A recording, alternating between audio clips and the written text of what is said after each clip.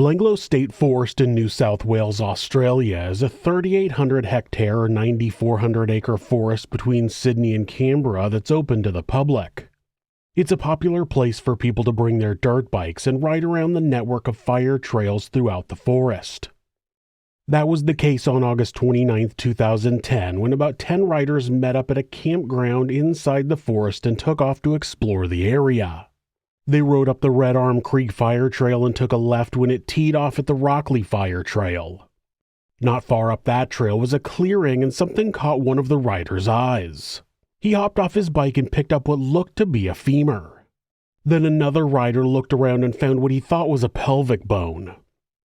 As the group continued focusing on some other small bones scattered around the area, one of the riders suggested they were from a kangaroo. The rest of the group shrugged it off and got back on their bikes to continue their ride, but the discovery continued to bother a couple of the riders, so they returned and continued searching the area.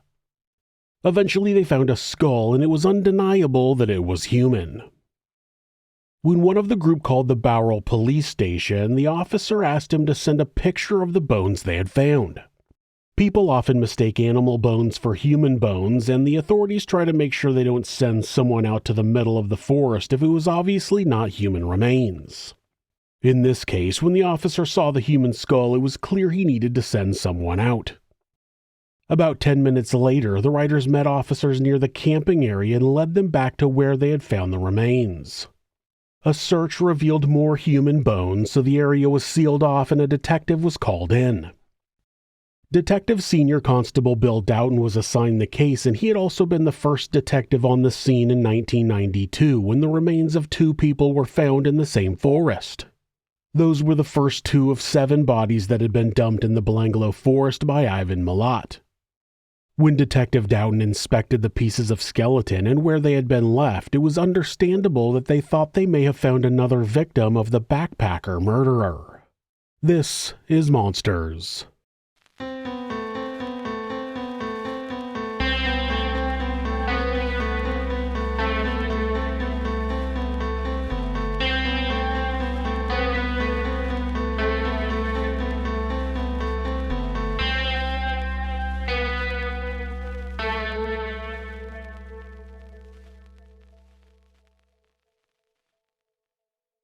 The following day, forensic technicians were combing the forest floor for more bones and other evidence. Some of the bones were hidden behind a fallen tree, which was similar to how some of Ivan Milat's victims had also been found. Some had been blackened by a brush fire, as had the fallen tree trunk. The forestry records showed that they had conducted a controlled burn about a year prior, so they knew the remains had been there at least a year. Along with the bones, crime scene investigators found a balled-up woman's shirt, a single small sock, and a silver earring. When the medical examiner, with the help of a forensic anthropologist, examined the bones, they determined that the victim had been a female between the ages of 13 and 25, which was backed up by the items found at the scene. They found injuries to the rib bones that were consistent with fatal crush injuries, such as being stomped to death. They also determined that the remains had been outside for up to 10 years. It was a pretty big window, which would make identifying the victim very difficult, but one thing it did do was eliminate Ivan Milat as a potential perpetrator. He had been arrested in 1994 and remained locked up until he died in 2019. When the shirt was examined, it had hearts on it with the word angelic printed across the front. Because of that, the unknown victim would be referred to as Angel. If you want to know more about Ivan Milat and his crimes, you can check out the episode I made about him. A link is in the description. With 10 years of missing persons reports to go through, it was unlikely they would find a match with only those. A tibia bone was sent to the Forensic and Analytical Science Service Center, or FASS, to have DNA extracted. After grinding up the bone and processing it, nuclear DNA was extracted and a profile was obtained. That profile was fed into the National DNA Database, but there were no matches. Investigators began picking missing persons reports of young women matching the forensic anthropologist's estimation. A family member would be tracked down, and either they would hand over something with the missing person's DNA on it, or they would use the family member's DNA to test for a familial match. Week after week, the results returned no matches. They moved on to having another forensic anthropologist create a digital approximation of what Angel's face might look like. When they released the image to the media in December of 2011, they received 35 calls from people with various information about who the woman might be. All of those leads were investigated, and none of them got them any closer to identifying their victim. The case went cold and investigators focused on new cases, but many of them would not stop thinking about who Angel really was. On July 14, 2015, 3 men were driving west on Karoonda Highway through South Australia headed to Adelaide. They passed through the town of Winarka, which is a small town located in a pretty remote area. It seems to be remote enough that Google Maps points out a single payphone on the side of the road. Needless to say, it wasn't the type of place that had a gas station, convenience store, or any type of public restroom, so once they were through the town, the men pulled over so they could relieve themselves on the side of the road.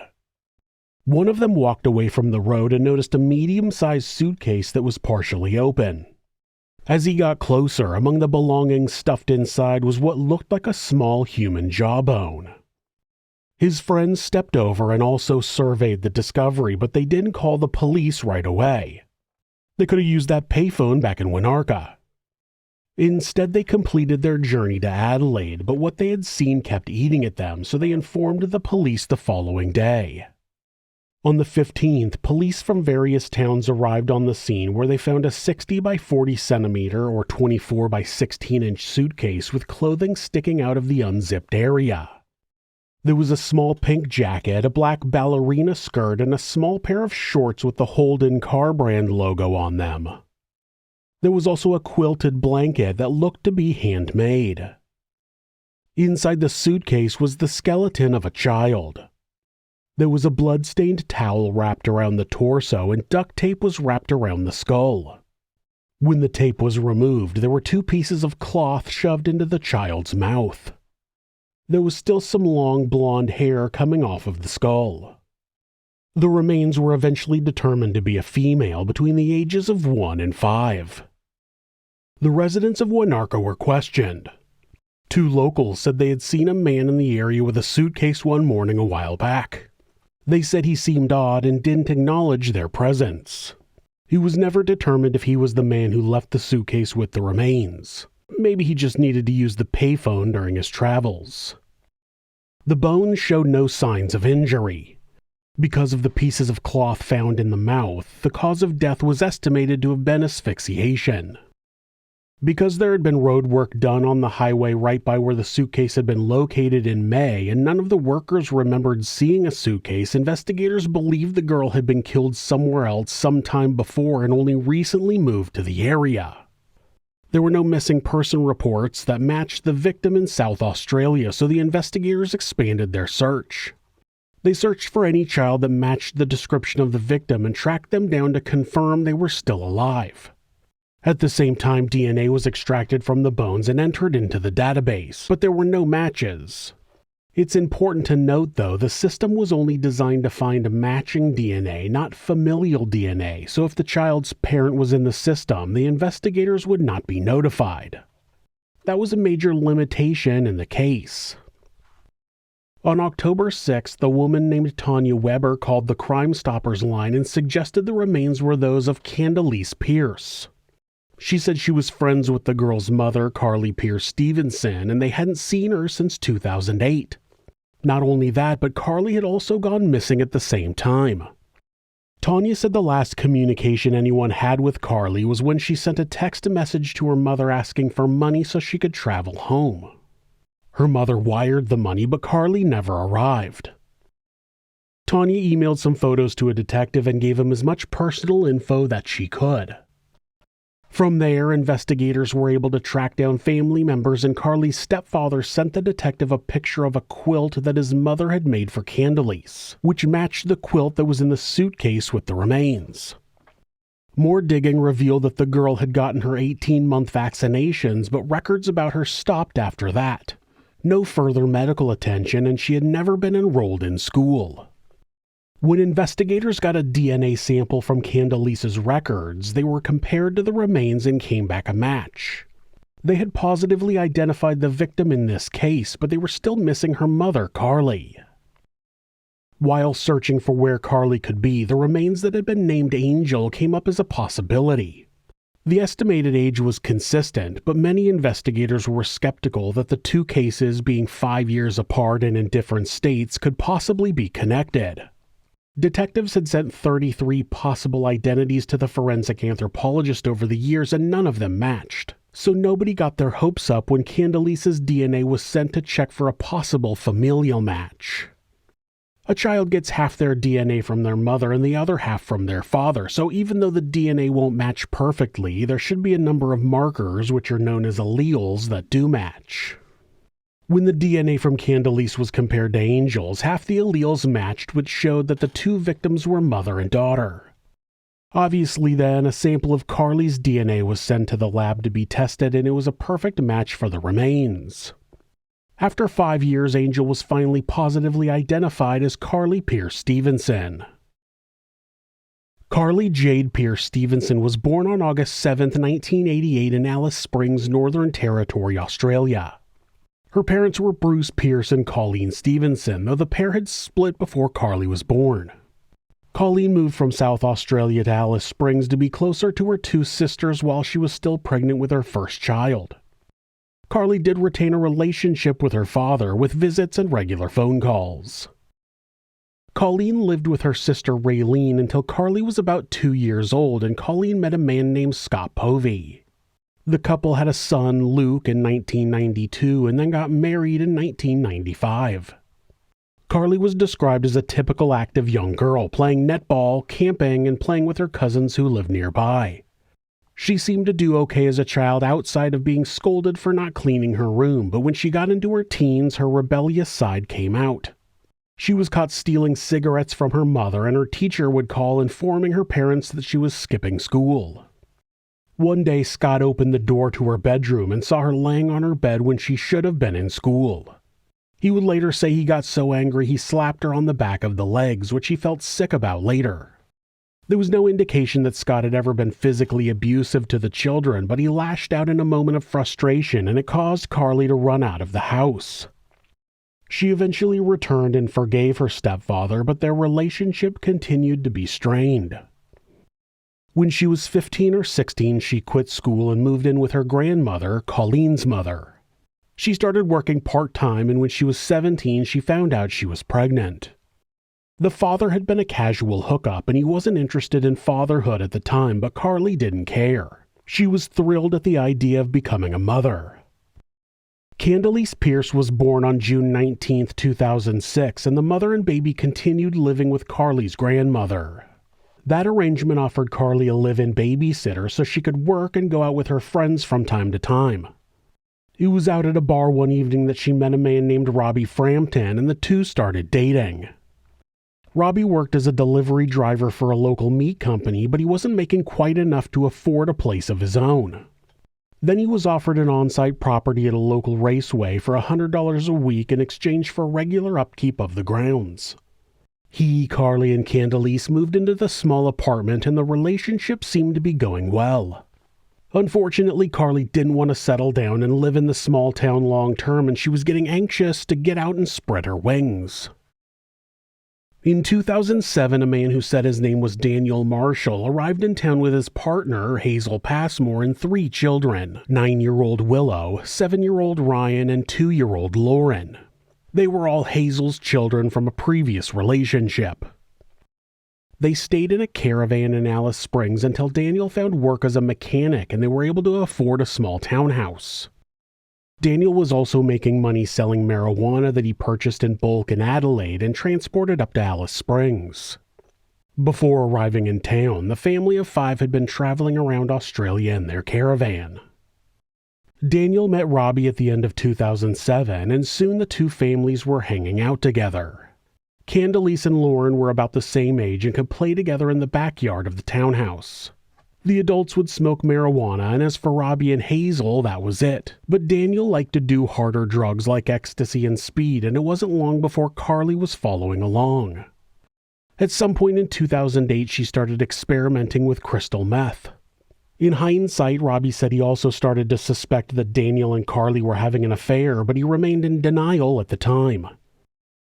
On September 15, 2008, Daniel, Hazel, and the 3 children set off from Alice Springs to go to Adelaide to pick up some marijuana. They were actually in a rental vehicle because their car had been totaled just a few weeks prior. Daniel claimed that Hazel had deliberately driven the car into a tree because she didn't want him to do another drug run.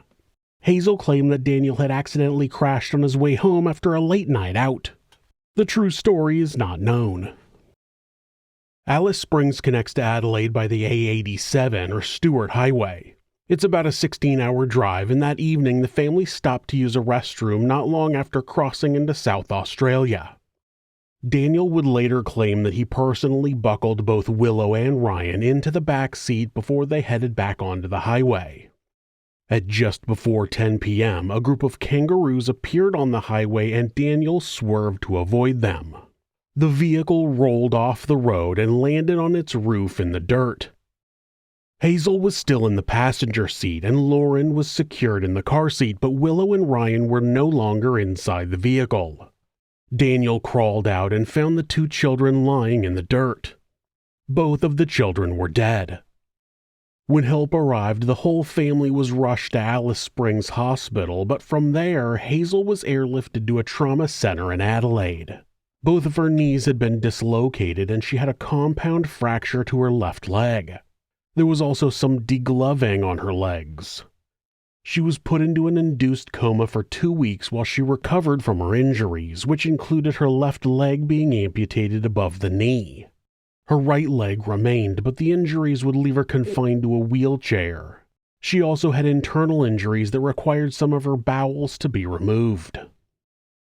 Daniel and Lauren both had minor injuries. Daniel had a broken collarbone and a broken thumb. When he was admitted to the hospital, security logged tens of thousands of dollars in cash that Daniel had on him. Police suspected it was to buy drugs. That theory was backed up when his blood test came back positive for meth and they started building a case against him for causing the accident. While that was happening and Hazel was recovering in the hospital, Daniel was going about his usual criminal behavior and he seemed to be involving Carly in most of it. Hazel was becoming suspicious and eventually Daniel took off, claiming that the police were after him and he had no choice. Coincidentally, Carly and Candelise left Alice Springs on the same day. Unlike Daniel, who was keeping it a secret that he was with Carly, her family knew that she left with him. It was about a week later that Carly had called her friend Tanya, crying hysterically. She claimed she had made a mistake, but after a little while she calmed down and seemed to be in better spirits. The last time Tanya heard from Carly was on December 13, 2008. She attempted to call Carly repeatedly after that, but never got an answer. She was extremely surprised to not hear from her on Christmas Day. While Daniel was gone, Hazel filed a civil suit against him for causing the accident. When she informed him of the development, he immediately started to apologize and claimed he wanted to return to her. It was only a coincidence that his insurance would end up paying Hazel, and if they were together, he would benefit from the payout too. It was also a coincidence that Hazel had been provided subsidized housing outside of Adelaide near her rehab clinic, which would also benefit Daniel if she took him back. On December 20th, Daniel showed up at Hazel's new home and he was able to convince her to continue their relationship. Conveniently, Carly would not be a problem for Hazel anymore. Not long after Christmas of 2008, Robbie received a text message from Carly's number claiming she was sleeping in her car.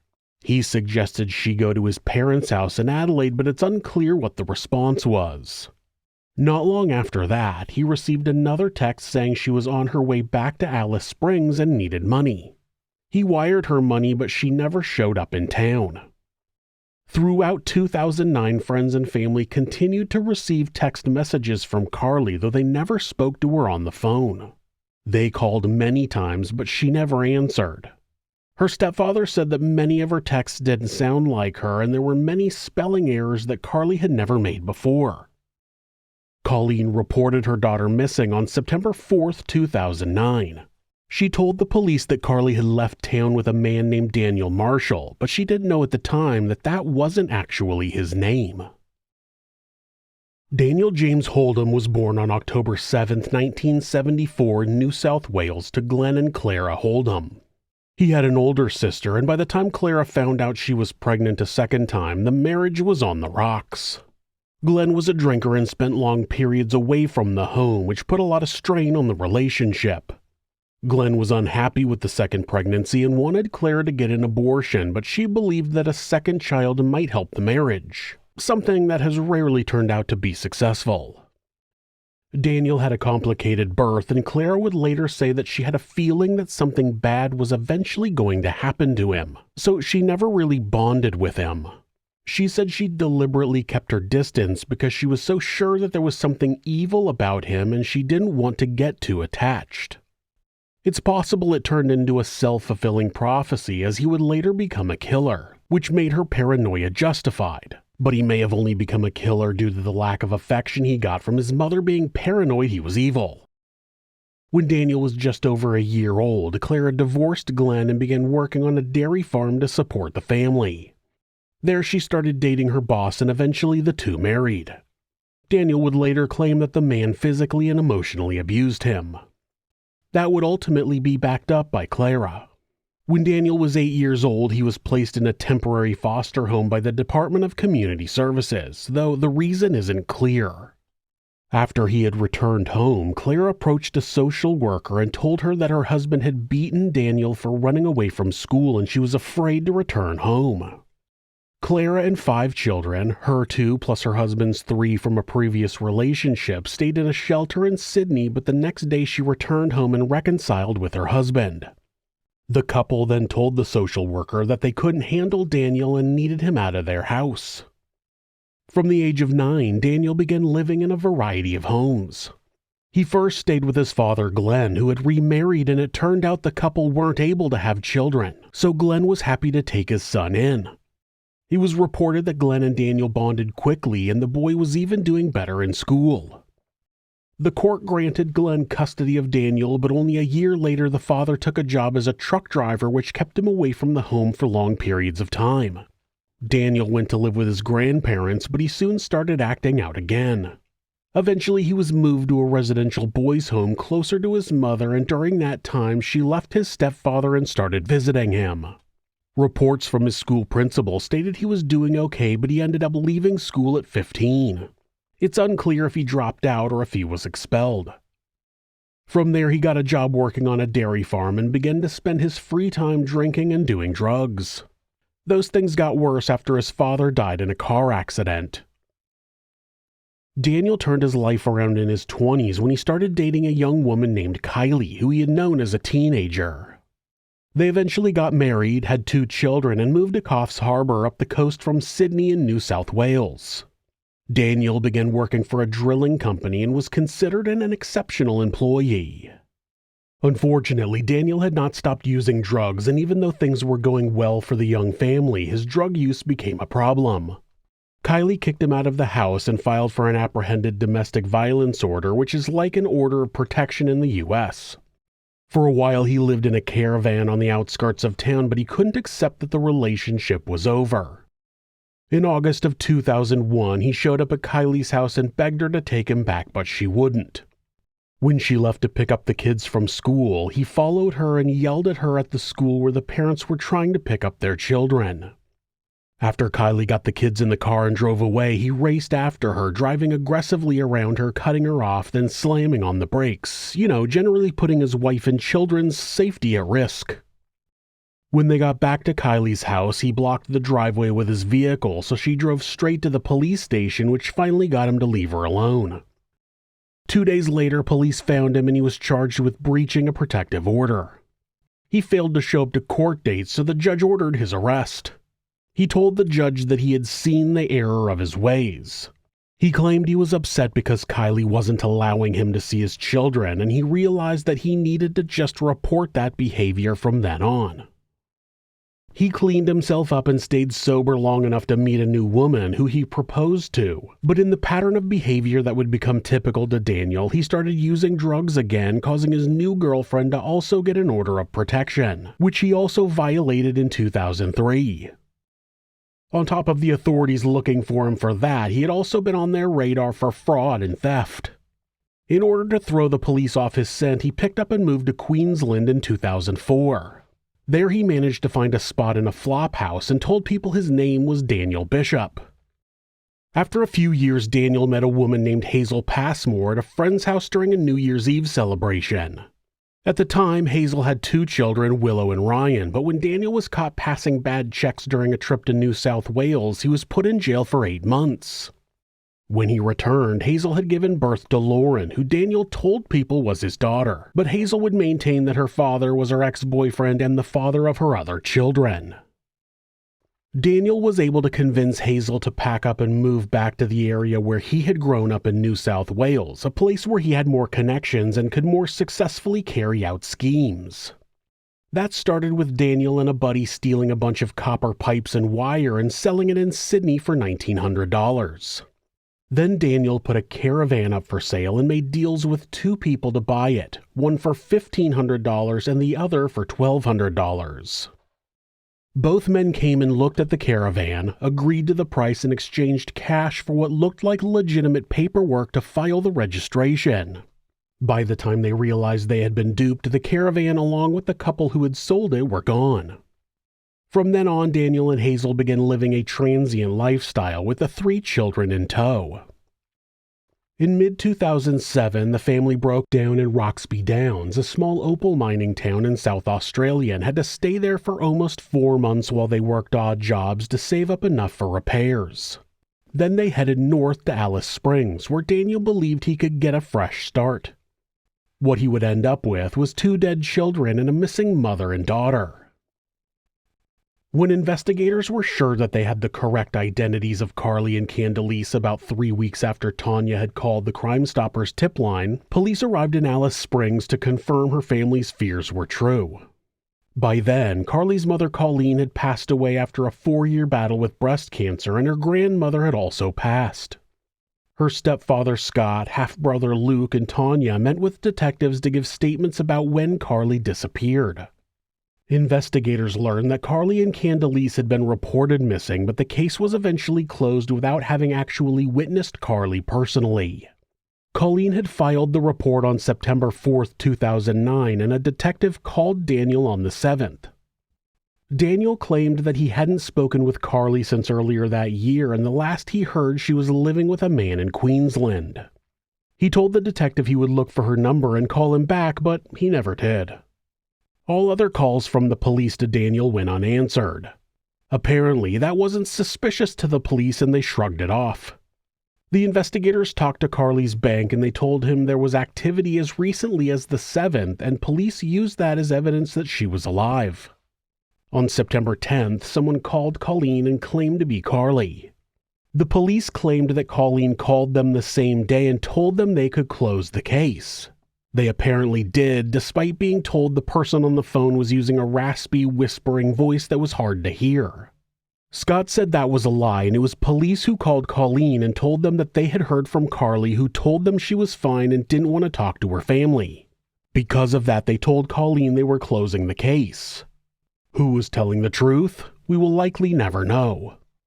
What investigators in 2015 were sure of, though, was that a man claiming to be Daniel Marshall was at the top of their suspect list.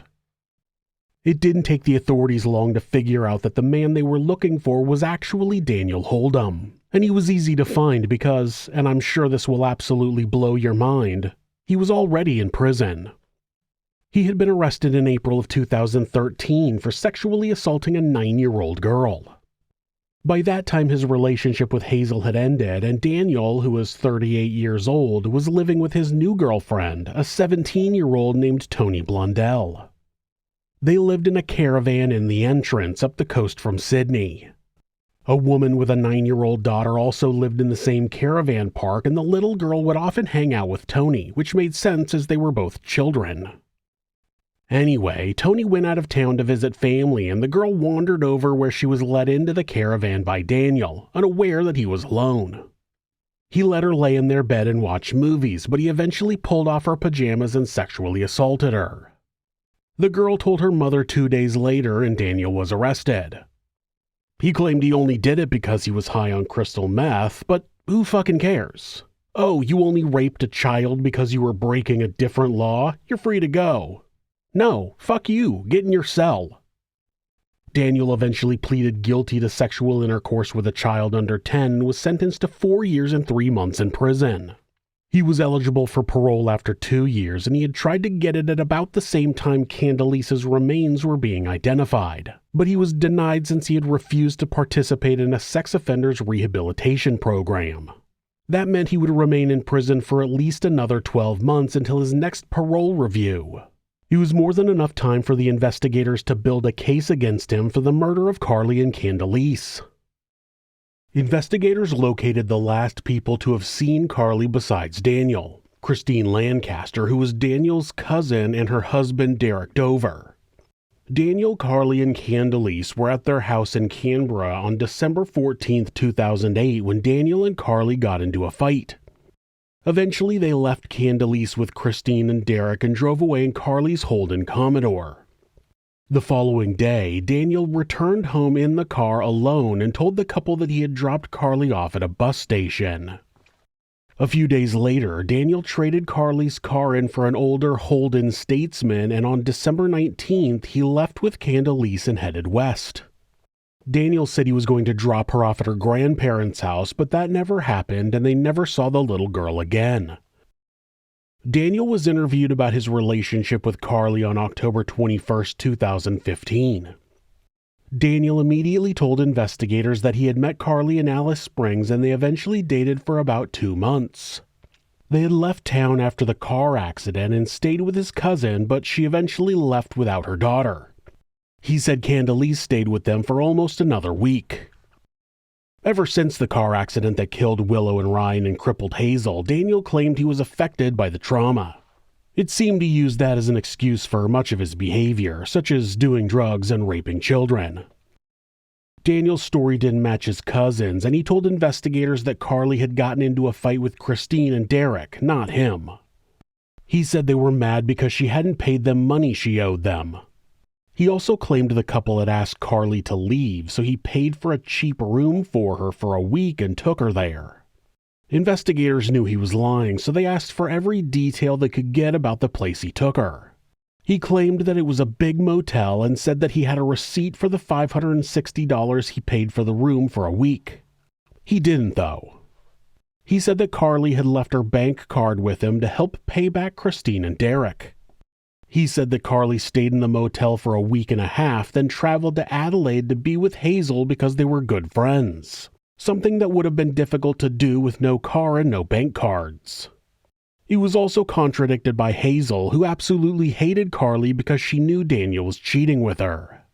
She said Carly had never come back to Adelaide that she knew of. During his interview, he said that Carly had stayed in Adelaide for a few months, but at another time she stayed there for about a year. Then he changed his story and said he had met up with Carly in Adelaide in 2009 and continued seeing her behind Hazel's back. He also changed his story and said he had left Candelise with Carly at the motel. Then they both took a bus from Canberra to Adelaide where they met him.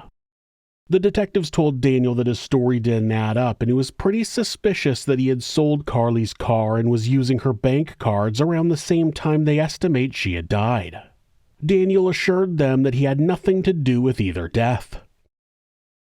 Investigators eventually found surveillance footage from June of 2010 of a man who looked like Daniel pushing a woman in a wheelchair who looked like Hazel into the bank that Carly used and accessing her bank account to change the mailing address. They changed it to the house they lived in at the time. So either they knowingly committed that fraud, or two people that matched their description just happened to fraudulently change her mailing address to their address. From 2008 to 2012, her bank account had been used to fraudulently obtain $71,770.55. That money had come from deposits made by her family members after someone had texted them claiming to be Carly asking for money.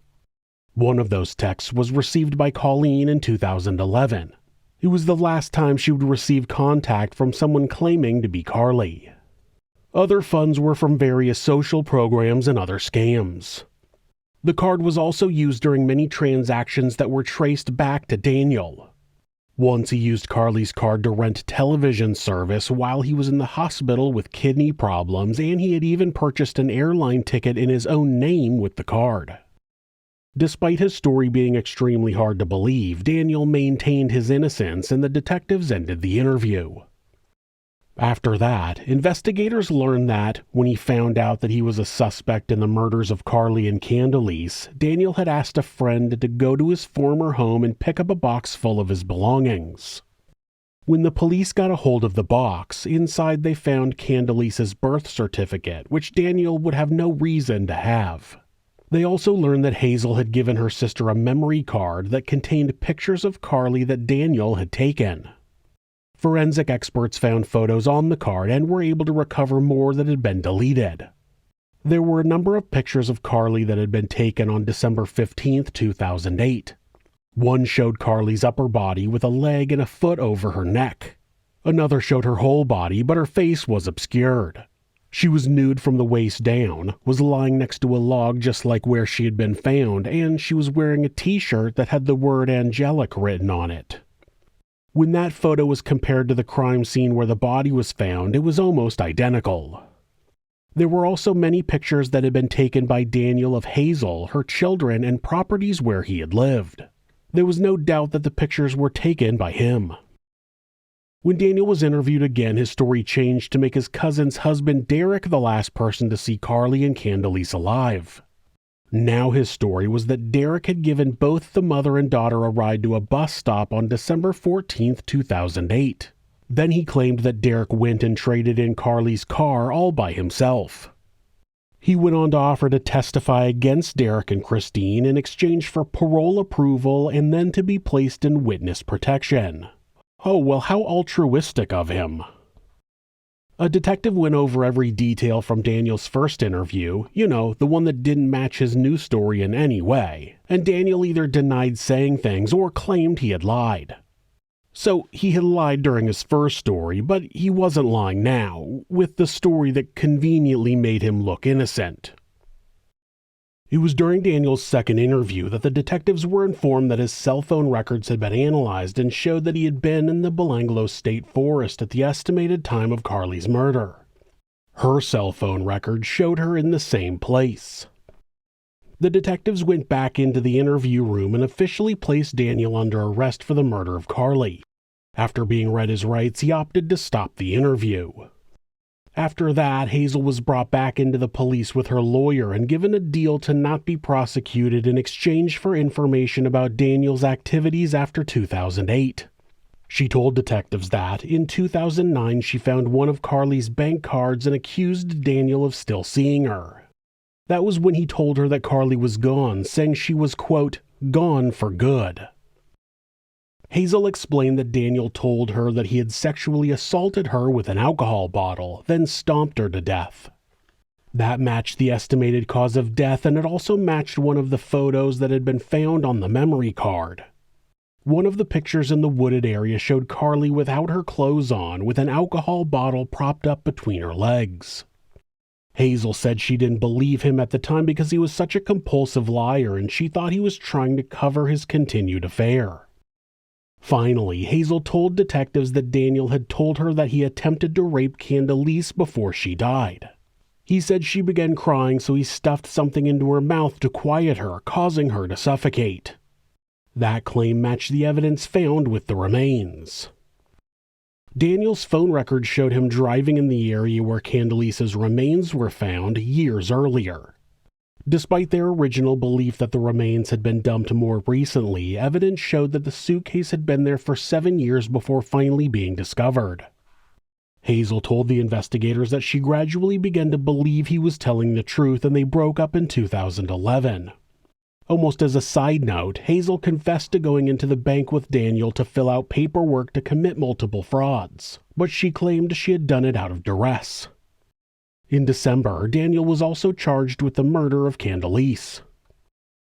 Investigators were able to use cell phone records to track Daniel leaving his cousin's house, going out to the Belanglo Forest for about 4 hours during a time that matched the timestamp on photos retrieved from the memory card. Then he returned to his cousin's house and left a few days later with Candelise.